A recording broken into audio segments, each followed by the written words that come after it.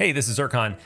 Today I am making a little bit of a different video. This is something that means a lot to me. This is something that I think about a lot. I lose a little bit of sleep over it, and I want to put my views out there in the hopes that maybe I can influence some people. It might not be a controversial view, but I am very much against services like Suno and Udio, generative audio that are trained in an unethical way on these big catalogs of music where the creators did not opt in and were not compensated. Now, I'm giving that definition very specifically because I'm not saying all AI is bad. I actually love AI. I think that there are a lot of excellent uses for LLMs. I use them in my own work at Impact Soundworks. I use them when I'm programming, when I'm doing video game design, brainstorming. They're excellent tools in certain circumstances. And I also think that generative audio in general can be an amazing tool. There are many startups and web apps and software out there that are ethically trained. In other words, the people that are being recorded, the people whose voices or whose music is being, let's say, represented and transformed, those people are being compensated.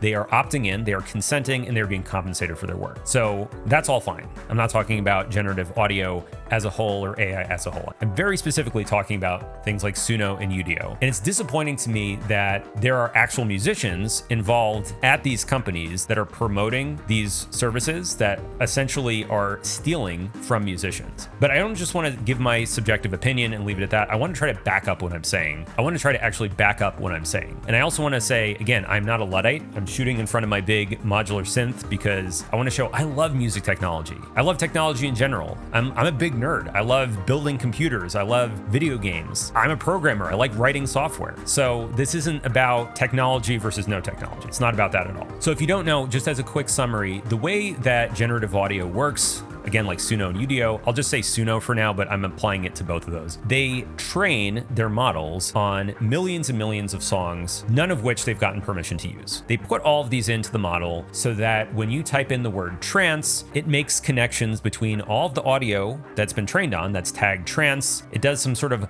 black box processing. A lot of this is very opaque. Most people, even the people working at these companies, don't know exactly how the models work on the inside, on the very deepest layer. And then you get some kind of output. You get a song that sounds like trance. The problem is, again, that the artists whose music has been used and trained have not been compensated. They did not consent. Most likely my own music, hundreds of songs that are available publicly, were used as part of the training for Suno, and I'm not okay with that. Now, to be clear, I'm not passing any judgment on you personally if you're using Suno and Udio. If you completely disagree with me, that's fine. At the end of the day, I feel strongly about it, but my problem is with the people making these services. The most common argument I've heard from defenders of Suno is that it's fair use. And let me tell you, over the last 20 years, I have done a lot with fair use. I've been involved in actual legal matters. I've spoken to legal counsel and lawyers many times. I've taken classes in contract law. This is all a long way of saying I am not a lawyer, but this is, I think, an educated, legally informed opinion that I'm about to share. So fair use is based on 4 factors. It's not a black and white thing. There is nothing and nobody that can say for sure that use is fair or that use is not fair. The most that we can say is that something is less likely or more likely to be fair use, because at the end of the day, it has to go to court and it has to be determined in a court of law. So what are the 4 factors, and why do I think that Suno is a lot more likely to be infringing, not fair use? The first factor that gets looked at is the purpose and the character of the derivative work. Is this educational? Is it for commentary or criticism purposes? Or is it commercial to make a profit? Well, pretty clearly it is commercial to make a profit. It's not intending to teach anybody anything. It's not adding criticism or commentary or adding a new dimension to the original work. But there's this other component, which is it transformative? And I think this is the only part of fair use that there might be a slight argument for this one part of this one factor that could weigh slightly in Suno's favor. Because as the argument goes, the works that are being created by Suno are not just copies of the original. They are new pieces of music,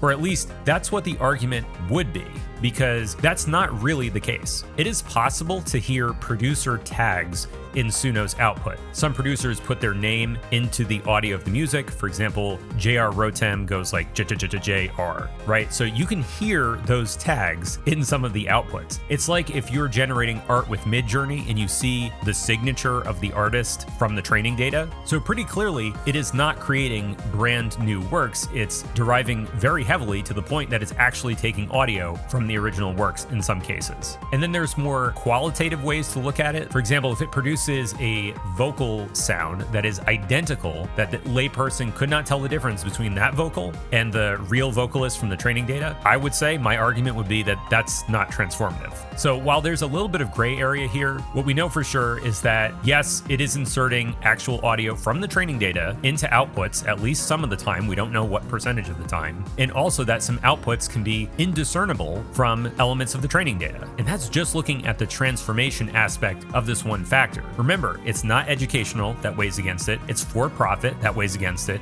It's not adding any criticism, commentary, anything like that. So I would still say overall this factor weighs against Suno and it weighs against fair use. Then there's the nature of the copyrighted work. Broadly speaking, is it something that is factual with like an objective set of properties or facts? Or is it creative? An example would be, let's say there's a real life event that happens, like we're talking about a historical battle in the Civil War, and somebody writes a book about that, and then somebody else maybe uses parts of that book for something else. The thing is that that battle actually happened. There is an objective set of facts around that battle. And so while different people might have their own interpretations of it, it's more likely to be fair use because there's only so many ways that you can describe or interpret that set of actual facts. Whereas something that's entirely creative, like a piece of art that just comes from our heads and we put it onto paper or we put it into our DAW, we record it, that is simply less likely to be fair use if that is the copyrighted work that's being derived from. The third factor is how much of the original work was used. So for example, you're doing a movie review. You show some clips of the movie. Maybe it's 2 minutes total, but the movie is an hour and a half. So in that case, you're really not using much of it. And so that is more likely to be fair use than if you were to do a Mystery Science Theater style thing where you play the entire movie start to finish uninterrupted and you have some commentary on top. And this is why, by the way, that Mystery Science Theater actually does license what they review. Sometimes I believe they do public domain stuff. It's also why Riff Tracks, which is an offshoot of it, does not provide the original movie with their commentary because they know that is just less likely to be fair use. They say you have to get the movie and then you play the commentary track at the same time. So where does Suno fall on this? They have obviously trained on the entirety of these works. They did not just train on 1 or 2 seconds from every song. They have trained on all of every song. So to me, this weighs against them in terms of fair use. And then finally, what is the effect or what is the impact on the market for the original work? Going back to the movie example, if you play an entire movie from start to finish, even if you have commentary on it, there are people that would just watch that instead of the movie because they're getting the entire movie unedited, uninterrupted. And so yeah, that could actually interfere with the original market. Now you could take, for example, something like a parody, like a Weird Al song. Generally speaking, a parody of a song is not going to replace the original song. So while yes, you might have used the entire song, and yes, the parody is commercial, people are not going to listen necessarily to Tacky by Weird Al instead of the song Happy. You're probably going to listen to both, different singers, different purposes, right? So in those cases, maybe more likely to be fair use. Another way to phrase this is, does this affect the demand for the original? And to me, this is a no-brainer. This vastly weighs against Suno. If you can train on a catalog of copyrighted works and then generate essentially infinite music, that generated music can crowd out the originals. And I don't mean this as a hypothetical situation, and it really doesn't have to do with the quality even of the outputs. I'm not talking about the quality at all. Here's a concrete example of what I mean. If I go onto my Spotify release radar, which is supposed to be artists that I follow, new releases from those artists, about a third of it now for me is very clearly AI generated music. And that AI generated music is pushing out artists that could have been on my release radar. And the same goes for Discover Weekly. Instead of getting the human made music, I'm getting AI generated music in their spots. It is as clear an impact on the market as you could possibly imagine. The AI music is crowding bring out the original music because of how these algorithms work. It might be a different story if we did not have algorithmic playlists, but for better or worse, that is how a lot of people, hundreds of millions of people, consume music now. And by the way, if you don't believe me, just check out these statistics for people listening to my music on Spotify. You'll see that the vast majority of it is through algorithmic listening. It's not through people that have saved the music and are intentionally listening to it. So if something were to happen where those algorithms were instead absolutely chock full of AI music, then I would lose those listens, I would lose the royalties that I'm getting from those listens, and I would also lose the opportunity to get new fans. So hopefully that is a pretty compelling argument for why I really don't think it's fair use. And I sincerely hope that the court cases against Suno and Udio are going to weigh against them and that they're going to go out of business. Beyond that though, setting aside the ethical question, I still think that there's a difference between using an AI voice changer or something where you're writing a MIDI line and then getting a realistic rendered version of that, and something where you just type in some words and then get a complete part. To me, there is a fundamental difference creatively between those things. Even if we were to imagine that Suno somehow got licenses for everything, I personally still would not use that as an artist because I think it changes the creation process into something different and something that I'm not interested in. Let me give you an example.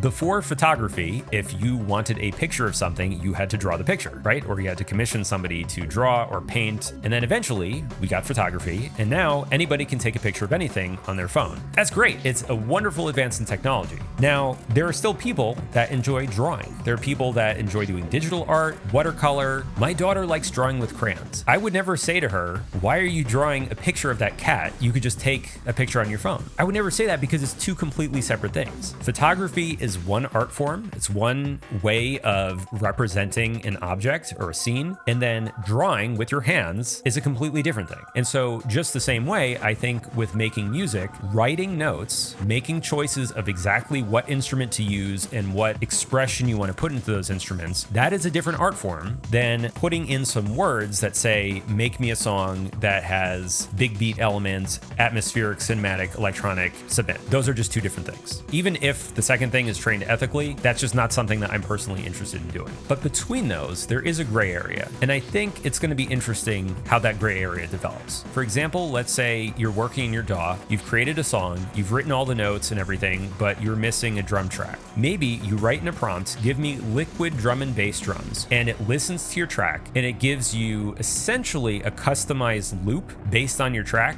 That's closer to just using a loop in general, which I don't have any problem with using loops. I use loops all the time. And like fair use, I don't think there's a black and white, this usage is not creative and this other usage is creative. What I just described, I think that is a creative usage. That's something I could imagine doing myself if there were ever an ethically trained version of that, but I probably wouldn't use it for an entire drum track. I would probably use it for maybe creating a single loop that I would chop up and resample. So it's a spectrum. It's a big gray area when it comes to that kind of usage. Anyway, I'm going to get back to reviews and showcases and tutorials after this video, but I hope that this gives you an idea of my perspective right now on services like Suno and especially Suno Studio. And I hope if you're watching this and you actively work or promote one of these companies, you're getting money to promote them, I hope that you just reconsider based on what I've said, because I don't think it's ethical and I don't think it's fair use. And I just don't think it's fair for Suno and Udio to get hundreds of millions of investor dollars while the artists that they were trained on get nothing at all. So that's the story. I'd love to know what you think in the comments. I will actually read and respond as long as they are polite, in good faith, regardless of what side you fall on. I don't want people,